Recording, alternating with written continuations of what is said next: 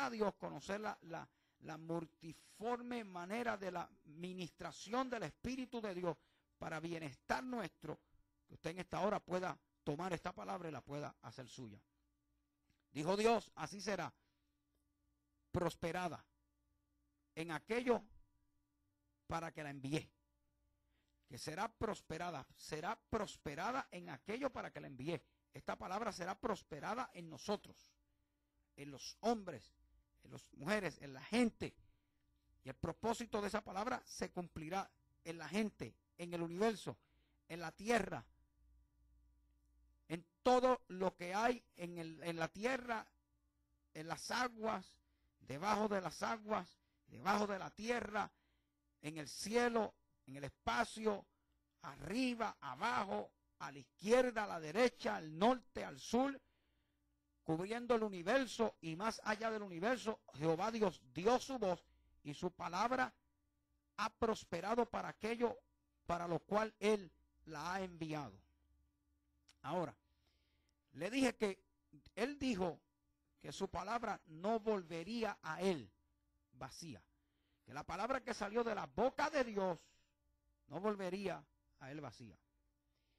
En el Evangelio de Juan, en el capítulo 1, el versículo número 1 dice: en el principio era el Verbo, y el Verbo era Dios. El Verbo estaba con Dios y el Verbo era Dios. En el principio era el Verbo estaba con Dios y el Verbo era Dios. El Verbo es la palabra mental del Padre, la palabra eterna subsistente de la misma naturaleza del Padre, es decir, una naturaleza espiritual y divina. Ha sido el principio de toda la vida, así espiritual como natural. De manera que cuando se le revela al apóstol Juan, la verdad es que en el principio, y no voy a hablar del principio, en una ocasión yo hablé de qué principio habla la Biblia. No está hablando de un comienzo ni está hablando de un final, sino está hablando, es una postulación de Dios que se refiere al principio como un hecho. Era el Verbo en la eternidad. Lo que está planteando es que en la eternidad era el Verbo. Y el Verbo es la palabra. El Verbo, la palabra mental del Padre, la palabra eterna que subsistía con Él y de su misma naturaleza desde la eternidad. Es decir, que aquel Verbo era el mismo Dios.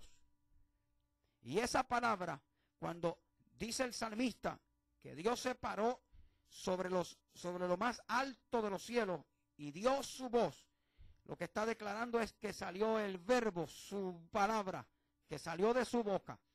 Jehová dijo, no volverá a mí vacía.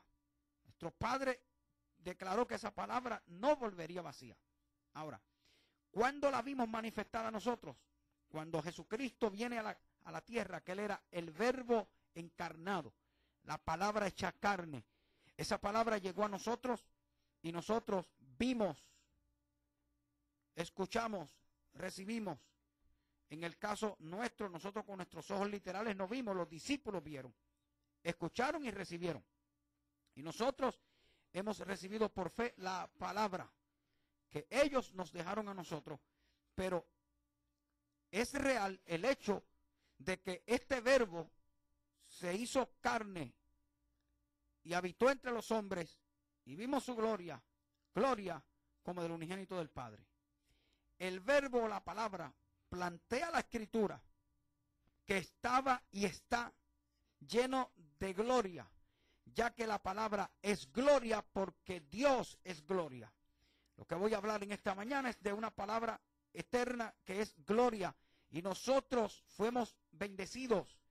Dios bendijo al hombre al darle el Verbo para que el hombre pudiese conocer la magnitud de un Dios real. Nosotros siendo humanos con una naturaleza humana, con una capacidad limitada, no podríamos conocer, no podríamos entender. Si Dios se hubiese manifestado en espíritu y hubiésemos dicho, bueno, es que ¿cómo conocer a Dios?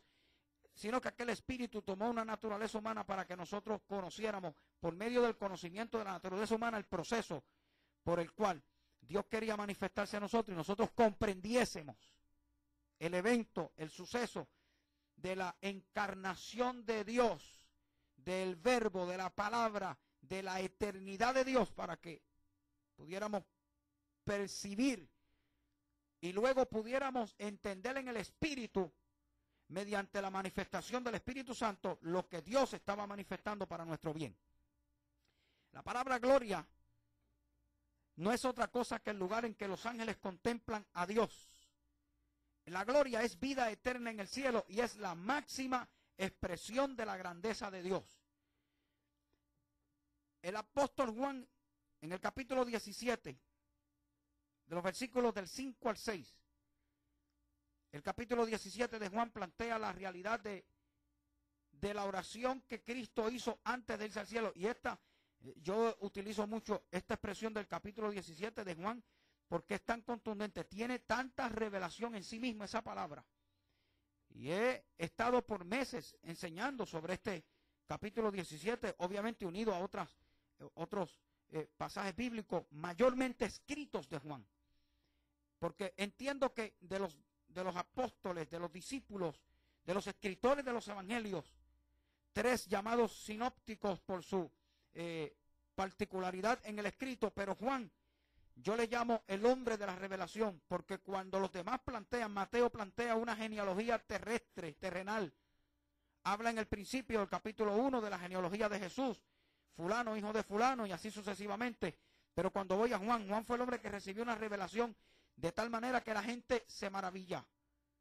Juan plantea una realidad, una naturaleza. Juan plantea en su escrito una genealogía que viene del cielo. Mire cómo Juan comienza diciendo, en el principio era el verbo era con Dios y el verbo era Dios. Mateo comienza diciendo fulano, hijo de fulano, y así sucesivamente. Postulando o planteando lo que él conoce en cuanto a lo natural y lo humano. Pero Juan va más allá. Juan recibe una revelación impresionante. ¿Cómo es que Juan puede plantear y decir que en el principio era el verbo? ¿Cómo Juan puede escribir eso si no lo recibe por revelación? Obviamente le fue revelado.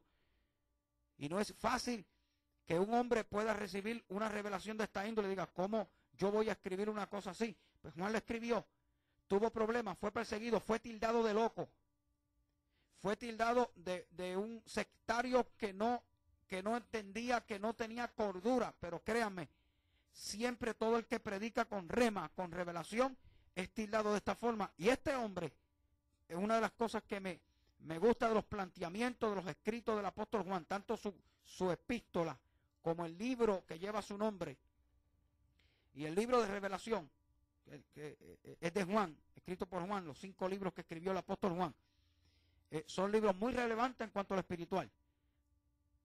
Pero este capítulo 17, Juan dice, Jesús le pide al Padre, ahora pues, Padre, glorifícame tú a tu lado con aquella gloria que tuve contigo antes que el mundo fuese.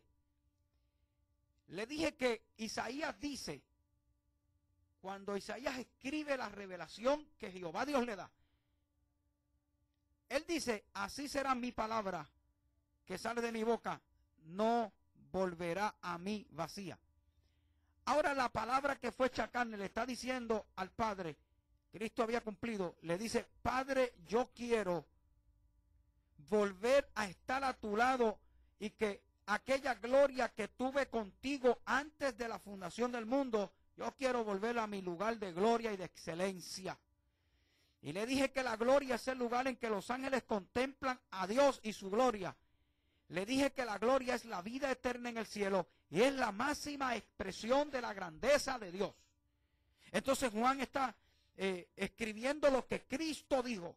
Quiero estar a tu lado nuevamente con aquella gloria que tuve contigo antes de la fundación del mundo. La palabra expresando quiero volver al cielo. Lo que Dios dijo, mi palabra no volverá a mí vacía.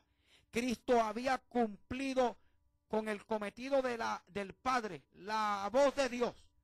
Hizo el trabajo que Dios dijo que se iba a hacer. Dios dijo en ese capítulo 55, así será mi palabra, no volverá a mi vacía, sino que hará aquello que yo quiero y será prosperada en aquello que le envié. La palabra ya estaba siendo prosperada